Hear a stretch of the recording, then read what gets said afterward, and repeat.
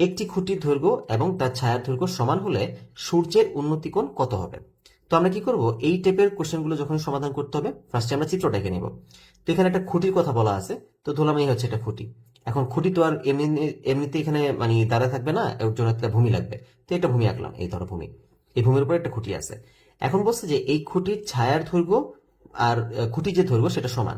অর্থাৎ এই যে খুঁটিটা আছে এটা হচ্ছে ভূমি, এই খুঁটিটার যদি এখানে ছায়া পড়ে, ছায়াটা ধরলাম, ছায়া গিয়ে এই পর্যন্ত পড়ছে, এই যে এই খুঁটিটার ছায়াটা এই পর্যন্ত পড়ছে। বলছে যে এই খুঁটির দৈর্ঘ্য আর ছায়ার দৈর্ঘ্য সমান, অর্থাৎ এইটা আর এটা পরস্পর সমান। তাহলে সূর্যের উন্নতি কোণ বের করতে বলা হয়েছে। অর্থাৎ সূর্যটা এখানে আছে, এখানে কোন একটা জায়গায় আছে সূর্যটা, এই সূর্যটার উন্নতি কোণ বের করতে বলা হয়েছে। এখন আমাকে বলো তো, উন্নতি কোণ কোথায় থাকে আর অবনতি কোণ কোথায় থাকে? যখন তুমি একটা ভূমি ধরবা আর উপর যদি একটা ছাদ কল্পনা করো, এখন যদি এই ছাদ থেকে ভূমির সাথে কোনো একটা বিন্দুকে তুমি যোগ করে দাও, তাহলে এই ভূমির সাথে যে সূক্ষ্মকোণটা উৎপন্ন হয় সেটাকে বলি আমরা উন্নতি কোণ। ঠিক আছে, উন্নতি কোণ। আর এই যে ছাদের সাথে যে সূক্ষ্মকোণটা উৎপন্ন হয় তাকে বলি আমরা অবনতি কোণ। অলরাইট, এটা হচ্ছে অবনতি, এটা হচ্ছে উন্নতি। মনে রাখবো, অবনতি আর উন্নতি কোণগুলো কিন্তু সবসময় সূক্ষ্মকোণই আমরা পাই, আর অবনতি কোণ আর উন্নতি কোণ কিন্তু পরস্পর সমান হয়। আচ্ছা, তো আমরা বুঝলাম যে ভূমি থেকে ওঠে উন্নতি, ছাদ থেকে নামে অবনতি। তো এখানে যেহেতু আমাদের সূর্যের উন্নতি কোণের কথা বলা হয়েছে, তার মানে এই যে এই বিন্দু থেকে আমরা যদি এই বিন্দুটাকে যোগ করি, তাহলে এখানে যে কোণটা পাচ্ছি সেটাই মূলত হচ্ছে উন্নতি কোণ। আর এই উন্নতি কোণটার মানই আমাদের বের করতে বলা হয়েছে, তাই না? তো এখন আসলে এটাকে আমরা কিভাবে বের করব? এখানে দেখো কোনো মানই দেওয়া নেই, তো মান ছাড়া আমরা কিভাবে বের করতে পারবো? আচ্ছা, মান দেওয়া নাই তো কি হয়েছে, আমাদের কিন্তু একটা কথা বলা আছে, খুঁটির দৈর্ঘ্য আর ছায়ার দৈর্ঘ্য কিন্তু পরস্পর সমান। অর্থাৎ এই দুইটা বাহু কিন্তু পরস্পর সমান। যেই ত্রিভুজে দুইটা বাহু পরস্পর সমান হয়ে যায় তাকে আমরা কি বলি? তাকে আমরা বলি সমদ্বিবাহু ত্রিভুজ, তাই না? তো এইটার ক্ষেত্রে আমরা বলতে পারতেছি কি, এটা কিন্তু একই সাথে সমকোণ, এখানে কিন্তু সমকোণ আছে, আর এটা হচ্ছে সমদ্বিবাহু।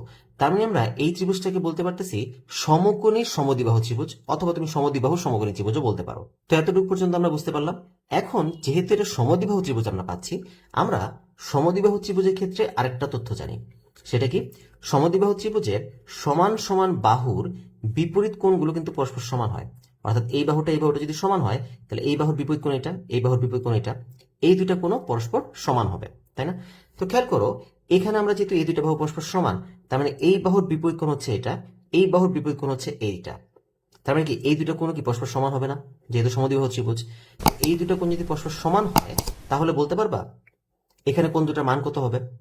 দেখো, এটা যেহেতু একটা সমকোণী ত্রিভুজ, তার মানে এই কোণটা হচ্ছে 90 ডিগ্রি। এটা যদি 90 ডিগ্রি হয়, তাহলে বাকি দুটি কোণের সমষ্টি কত হবে? আমরা জানি ত্রিভুজের তিন কোণের সমষ্টি হচ্ছে 180 ডিগ্রি। 180 থেকে তুমি যদি 90কে বাদ দিয়ে দাও, তাহলে কি বাকি দুটার সমষ্টি কত দাঁড়াবে? 90 হবে। তো এই দুইটা কোণের সমষ্টি দাঁড়াচ্ছে কত? 90 ডিগ্রি। যেহেতু দুইটা কোণ পরস্পর সমান, তার মানে 90কে আমরা 2 দ্বারা ভাগ করলে তো অ্যান্সার পেয়ে যাই 45 ডিগ্রি। তার মানে এটা হচ্ছে 45 ডিগ্রি, এটা হচ্ছে 45 ডিগ্রি। অলরাইট, তো আমরা কি পেলাম দেখো তো, আমরা উন্নতিকোণ কত পেলাম তাহলে? আমরা কিন্তু উন্নতিকোণ পেয়ে গেলাম 45 ডিগ্রি। তাহলে এটাই হচ্ছে আমাদের কারেক্ট অ্যান্সার। তো আশা করি তোমরা এই কোশ্চেনটা বুঝতে পারছো।